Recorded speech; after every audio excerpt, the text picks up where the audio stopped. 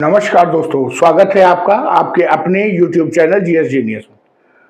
जैसा कि आप स्क्रीन पर देख रहे हैं, CRPF constable dismissed from job accused of marrying Pak women.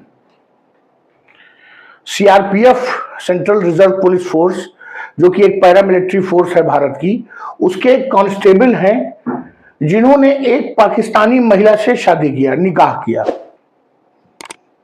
और ये जानकारी जब सीआरपीएफ को हुई, डिपार्टमेंट को उनके हुई, तो वर्तमान में हाल ही में 2 दिन पहले उनको नौकरी से बर्खास्त कर दिया गया।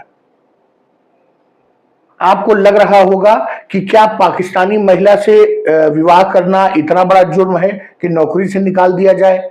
क्योंकि जब से पहलगाम में आतंकी हमला हुआ है, तब से 50,000 से ज्यादा संख्या ऐसी पाकिस्तानी महिलाओं की निकली है जो शादी करके भारत आई थी और उनका वीजा समाप्त हो गया था। वो टूरिस्ट वीजा पे आई थी, घूमने फिरने के लिए आई थी और मेडिकल वीजा पे आई थी। बाद में उन्होंने यहाँ शादी कर ली और यहीं रह रही थी, जबकि उनकी वीजा की अवधि समाप्त हो गई थी। उसके बावजूद भले ही उन महिलाओं को पाकिस्तान वापस भेजा जा रहा है, लेकिन किसी की नौकरी पर और इस प्रकार का कोई संकट नहीं आया था। लेकिन ये जो सीआरपीएफ के कांस्टेबल हैं, इन्होंने कुछ ऐसा जरूर किया जिसके कारण सीआरपीएफ को तकलीफ हुई और वर्तमान में उनको नौकरी से बर्खास्त कर दिया गया है विद इमीडिएट इफेक्ट। तो मित्रों, देखते हैं ये मामला कहां का है, कि किस राज्य में ऐसा हुआ है और उन्होंने क्या ऐसा कर दिया अपने निकाह के साथ कि सीआरपीएफ को इतना तनाव हो गया कि वो उनका जो विवाह है वो राष्ट्रीय सुरक्षा के लिए एक समस्या बन गया। तो इन सब चीजों को इस वीडियो में देखने और समझने का प्रयास करेंगे। लेकिन इससे पहले कि मैं अपना मुख्य वीडियो शुरू करूं, आपसे हमारी रिक्वेस्ट है कि अगर आप हमारे चैनल पर नए हैं तो हमारे चैनल को सब्सक्राइब कर लीजिए, क्योंकि हमारे चैनल पर इसी प्रकार की आपके आसपास की, देश दुनिया की और आपके इंटरेस्ट की जो छोटी छोटी खबरें हैं, सूचनाएं हैं, समसामयिक मुद्दे हैं, उनको छोटे छोटे वीडियो के माध्यम से प्रस्तुत किया जाता है। हमारी एक रिक्वेस्ट और है कि अगर आपने थंबनेल देख करके, टाइटल देख करके हमारे वीडियो में इंटर किया है, उसे देखना शुरू किया है, तो आप कृपया वीडियो के अंत तक हमारे साथ बने रहें, जिससे कि आपको वीडियो का पूरा आनंद मिल सके। तो चलिए मित्रों, देखते हैं। ये शख्स है सीआरपीएफ में कांस्टेबल और ये है इनकी पाकिस्तानी वाइफ। इनको तो डिपोर्ट करने का प्रयास चल रहा है, भारत सरकार इनको डिपोर्ट कर रही है, पाकिस्तान वापस भेज रही है और इनको नौकरी से निकाल दिया गया है। इन्होंने वास्तव में कोई अपराध किया है या नहीं किया है, कोई गलती इनकी है या नहीं है, पूरा वीडियो देखने के बाद ही आप इसका अंदाजा लगाइएगा। पहले से कोई भी अपने मन में भ्रांति मत बनाइए। इस शख्स का नाम है मुनीर अहमद खान। जम्मू के रहने वाले हैं और वास्तव में सीआरपीएफ में कांस्टेबल के पद पे तैनात थे और उनको इस समय जो है उनकी नौकरी से तत्काल बर्खास्त कर दिया गया है, क्योंकि ये अपनी शादी को, जो इनकी पाकिस्तानी जो नागरिक से इनकी शादी हुई है, इसको उन्होंने सरकार से, सीआरपीएफ से छिपाने का प्रयास किया है।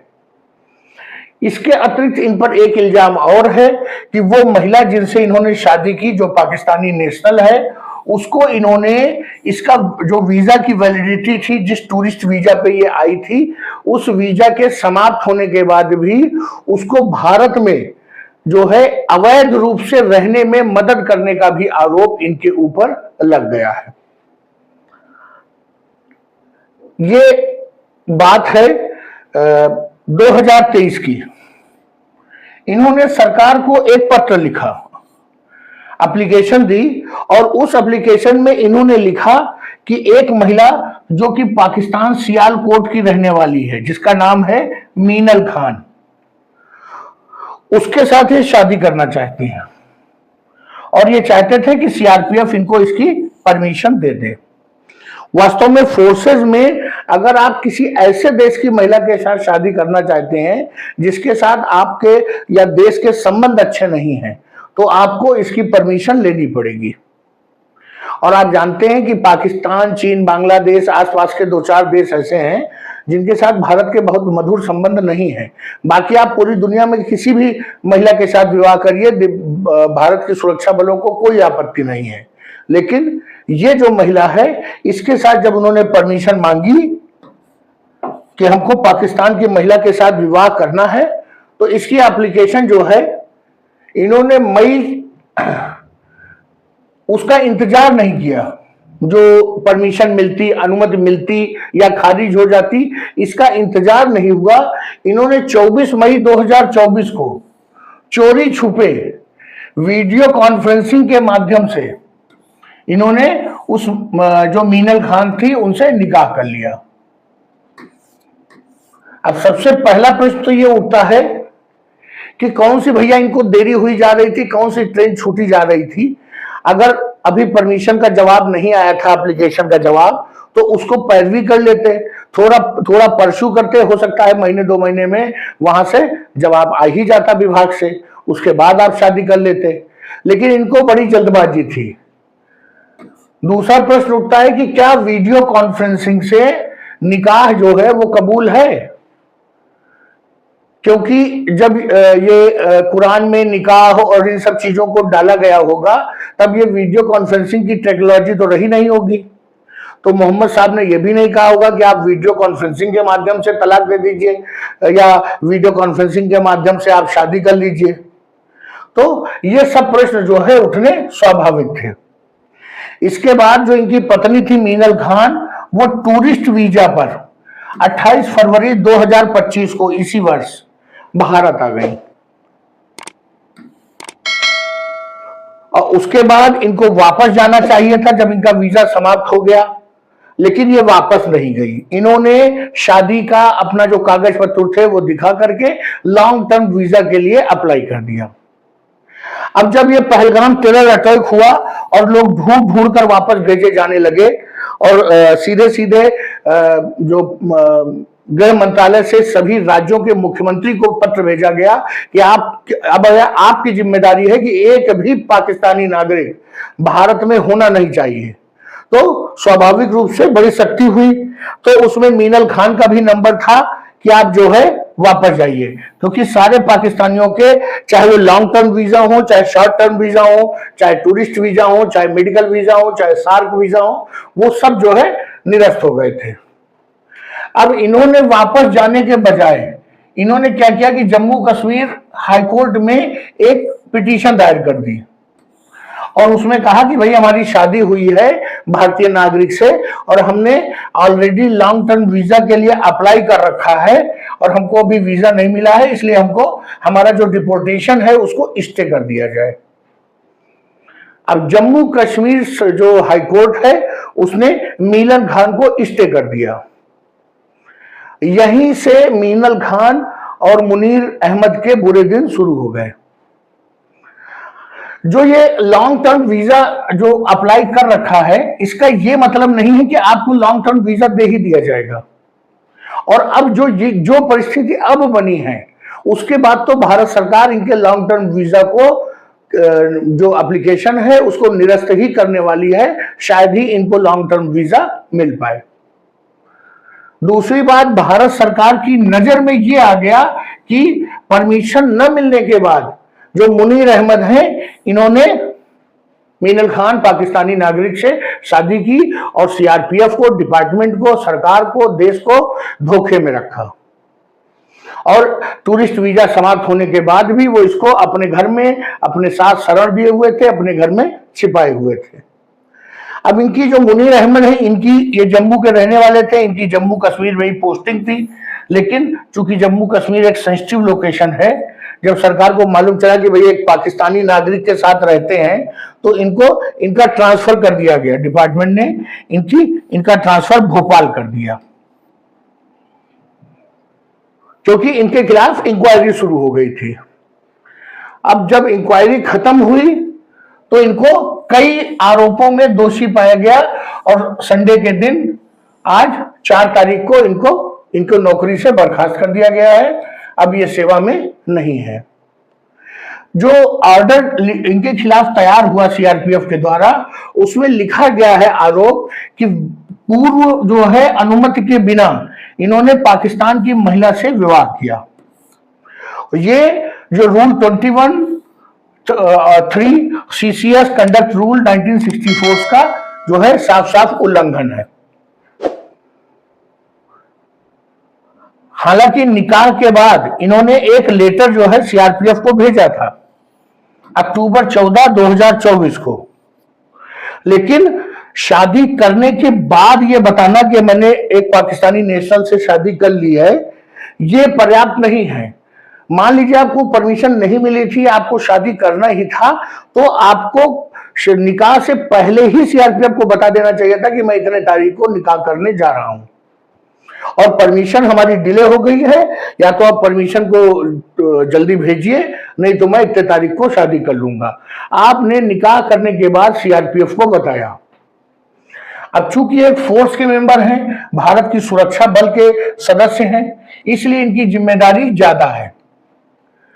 और जो पाकिस्तानी महिला जो इनकी पत्नी है मीनल खान, वो शॉर्ट टर्म वीजा पे आई थी, उसके बाद यहां पर इन्होंने घूमने फिरने के बजाय शादी कर ली और हायर अथॉरिटी से परमिशन भी नहीं लिया इन्होंने, मुनीर अहमद ने।